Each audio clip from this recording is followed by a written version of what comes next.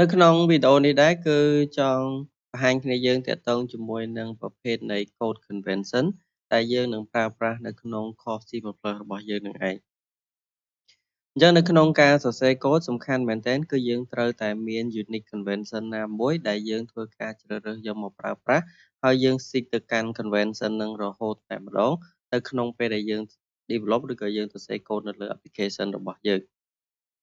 អញ្ចឹងនៅក្នុងនេះគឺត្រូវបានរៀបជាមួយនឹងប្រភេទនៃ convention ឲ្យគ្នាយើង3ដែលជា convention គេ popular ក្នុងការប្រើប្រាស់មែនតើទៅគឺ convention មិនមែនមានតែ3ហ្នឹងទេ standard គឺមានពី3ដែលគេតែងតែយកមកប្រើប្រាស់ប៉ុន្តែទៅតាមក្រុមហ៊ុនឬក៏ទៅតាម group នៃ developer ក៏គេបានធ្វើការបង្កើតនៅតាមប្រភេទនៃ convention ទៅតាម organization ឬក៏តាមក្រុមហ៊ុនរបស់គេផងដែរប៉ុន្តែឥឡូវនេះគឺយើងអត់ផ្ដោតទៅលើ custom convention ទេគឺយើងផ្ដោតទៅលើតែ3 convention ដែលយើងនឹងប្រើប្រាស់នៅក្នុង course C++ របស់យើងនឹងឯង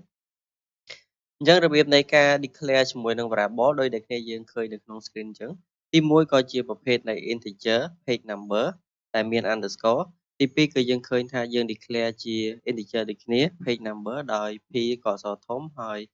number ហ្នឹងក៏ n ធំដែរហើយបន្តមកទៀតគឺជាប្រភេទ integer ដូចគ្នាតែ page ហើយជាមួយនឹង number ខាងមុខអក្សរទូចហើយបន្តមកពាក្យបន្តគឺជាអក្សរធំអញ្ចឹងពីមុនមកក៏យើងប្រហែលជាធ្លាប់ឃើញការ declare variable ពីមុនមកដែរគ្រាន់តែនៅក្នុងហ្នឹងយើងអត់ដឹងថាតើការ declare បែបណានៅក្នុងប្រភេទនៃ convention មួយណាអញ្ចឹងនៅក្នុងវីដេអូហ្នឹងដែរគឺជាបានលើកនៅ3 convention ប្រភេទ variable ដែលយើងធ្វើការ declare ដោយមាន2ពាក្យយើងតដោយ underscore គឺគេហៅថាជា snake case បន្តមកទៀតបើសិនជាយើងមាន2ពាក្យហើយប្រើអក្សរធំនៅខាងមុខទាំងអស់គឺយើងហៅថាជា Pascal case ចំណែកឯទី3គឺជា2ពាក្យដូចគ្នាពាក្យខាងមុខអក្សរទូចហើយពាក្យបន្ទាប់ផ្ដើមដោយអក្សរធំគឺគេហៅថា camel case នៅក្នុង3 convention ហ្នឹងគឺអត់មាន convention ណាអាក្រក់ convention ណាល្អទេគឺវាអាស្រ័យទៅលើគ្នាយើងទាញយកមកប្រើប្រាស់ហើយយើងនិយមក្នុងការប្រើប្រាស់មួយណាជាង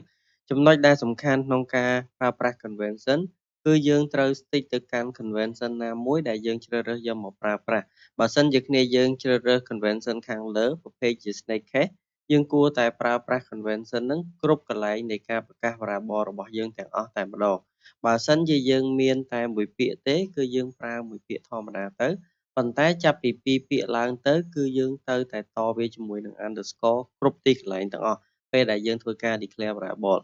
បើសិនជាគ្នាយើងជ្រើសរើសយកទី2គឺយើង keep អា unique ទី2ហ្នឹងគ្រប់កន្លែងនៃការ declare variable តែម្ដងកន្លែងនេះសំខាន់ខ្លាំងមែនទែនដោយសារតែនៅក្នុង generation ដែលរៀនមួយឈើមកពេលដែលឡើងទៅខាងលើគាត់តែងតែ break ជាមួយនឹង convention របស់គាត់អញ្ចឹងហើយធ្វើឲ្យគាត់ confuse ឬក៏ច្រឡំ variable របស់គាត់រវាងខ្លះហើយនិង variable អញ្ចឹងទៅអញ្ចឹងសំខាន់មែនទែនគឺចាប់ផ្ដើមពីឥឡូវទៅនៅពេលដែលយើងចាប់ផ្ដើម write program គឺយើង stick ទៅកាន់ convention ណាមួយហើយយើង keep convention នឹងរហូតទៅគឺវានឹងសម្រួលទៅដល់ការសរសេរ code របស់យើងផងដែរសម្រាប់class នេះតែម្ដងគឺឈើនឹងជ្រើសរើសយកប្រភេទ camel case សម្រាប់ការ declare variable ហើយនឹងរើសយកប្រភេទជា Pascal case សម្រាប់ការ declare class អញ្ចឹងនៅក្នុងវីដេអូហ្នឹងគឺបន្ទាប់ទៅទៀតគឺឈើនឹងជ្រើសរើសយកទម្រង់នៃការ declare variable បែបនេះឯងហើយ declare class ដោយប្រើប្រាស់ Pascal case បែបនេះឯងអញ្ចឹងយើងនឹងទៅ go through ទៅខុសបន្ទាប់ទៅមុខខាងមុខទៀតគឺការ declare variable គឺច្រើននឹង stick ទៅតាម convention ហ្នឹងឯង